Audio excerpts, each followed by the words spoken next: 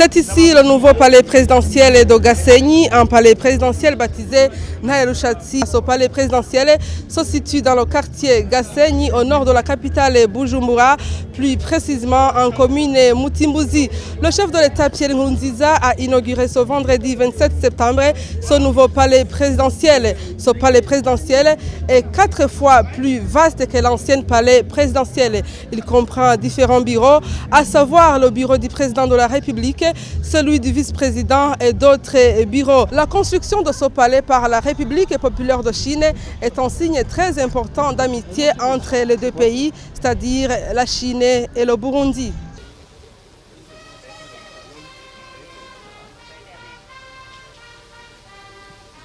La coupure du ruban a marqué l'inauguration officielle du bâtiment flambant neuf, baptisé Ntare Rushatsi du nom du premier roi du royaume du Burundi. S'en est suivi une visite guidée au sein des prémices de cet immeuble qui va abriter les bureaux du chef de l'État, ceux de deux vice-présidents de la République, une salle de protocole, un hall, des salles de réunion, de congrès, ainsi que des pièces dédiées à la sécurité et à l'équipement. Après la visite, place au discours de circonstance.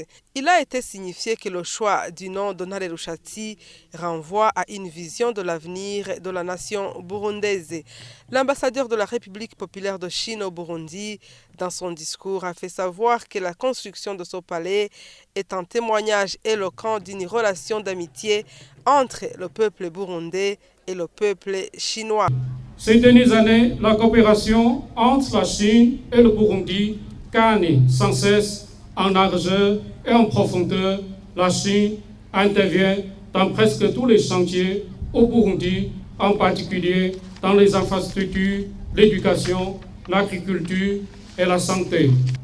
Et les deux parties s'accordent à dire que notre relation se trouve à son meilleur niveau de l'histoire et figure à la pointe des relations entre la Chine et les pays africains. Une ambiance festive a caractérisé ces cérémonies.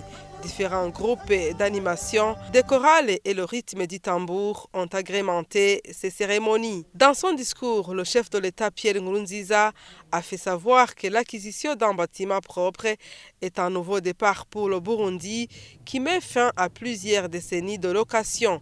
Un point d'arrêt donc au mépris. Il a ajouté que d'autres infrastructures continueront à être construites dans tout le pays pour l'autonomisation des institutions étatiques. Le président de la République, Pierre Nkurunziza, a alors demandé à la population burundaise de garder en mémoire qu'ils sont tous de Ntare Rushatsi.